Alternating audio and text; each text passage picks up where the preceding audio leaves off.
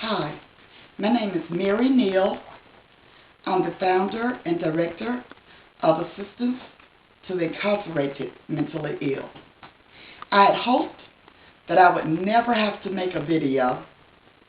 I always use my brother's picture when I write about Assistance to the Incarcerated Mentally Ill, also known as Amy, because I don't really want to be well known. I don't want fame, but it became necessary for me to do this video because, frankly, I have been in peril.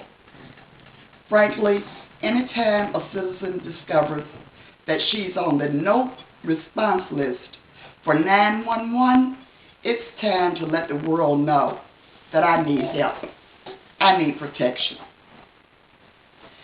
I started advocating for the incarcerated mentally ill because my brother, Larry Morris Neal, was secretly arrested in mid-July of 2003, and he was kept in Shelby County Jail in Memphis, Tennessee for around 18 days while his family and social worker researched for Larry as a missing person.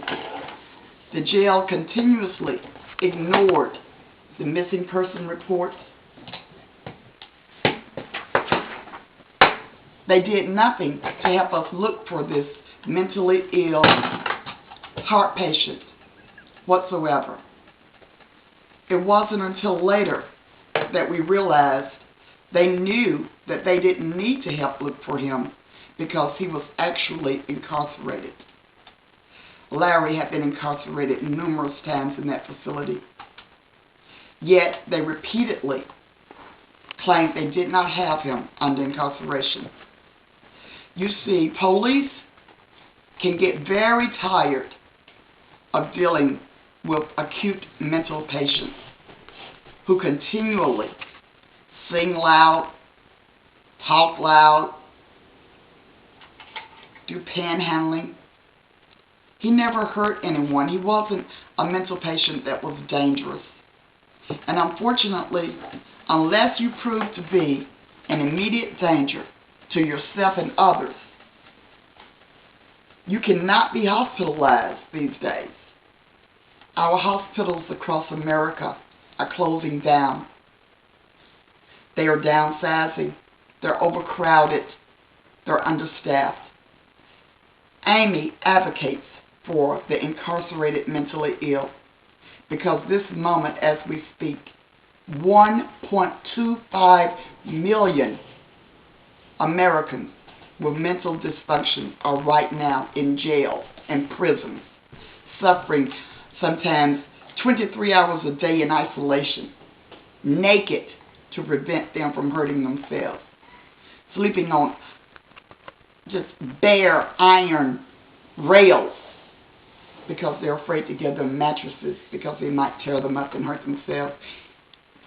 My brother was not suicidal, but of course policemen are not psychiatrists, and they do not feel that they can make that judgment call. His body left Shelby County Jail after 18 days of secret incarceration, during which time the jail repeatedly said that they did not have him.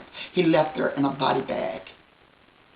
I don't know whether it was from deprivation of his heart drugs and psychiatric drugs, or whether he maybe went into psychiatric delusions that were so frightening to him it hurt his heart, because they won't tell me.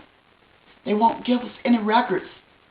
They won't account for it any whatsoever, even though the United States Justice Department was already an overview of the jail at the time that my brother was incarcerated.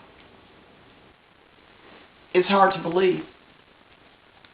Because I carry this message forward, I have been targeted. I have suffered. I have been chased. And I, last weekend, had to seek cover at the neighborhood Chevron station. I was surrounded. There were 4 cars. There was a USDOT truck. And I live nowhere near federal highways. And I called 911 and they did not come. They did not respond. They never even called me since then to ask me, are you all right? My family came and they sandwiched me between two cars, one in front of me and one behind me. And I made it home. They don't want me to tell you this, but I'm going to tell you now. We went to the Cochran Firm. That's the Johnnie Cochran Firm.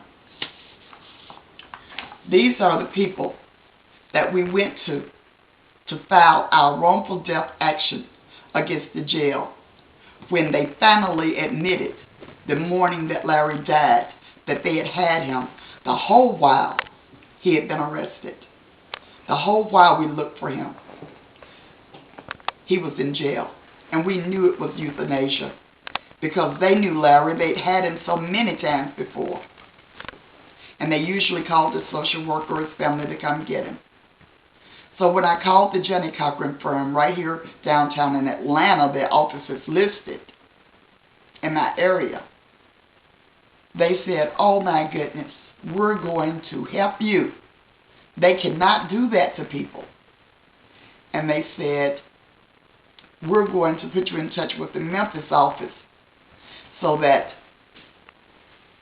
they will be able to talk to your mother when she's a little bit less hurt or hysterical over losing her son. My 85-year-old mother lives with me. We knew that when we went to Memphis, Tennessee, I live in Atlanta. We knew that when we went to Memphis, Tennessee for the funeral, and she was already out, and some days had passed since we heard about it, we knew that she would be able to go and meet with the attorneys and sign contract with them. That's what we did. On August 8th, he died on August 1st. On August 8th, we were in the Johnnie Cochran Firm office. They're in Memphis. And we signed contract for legal services. My mother was so tearful over trying to account for Larry and tell them what happened.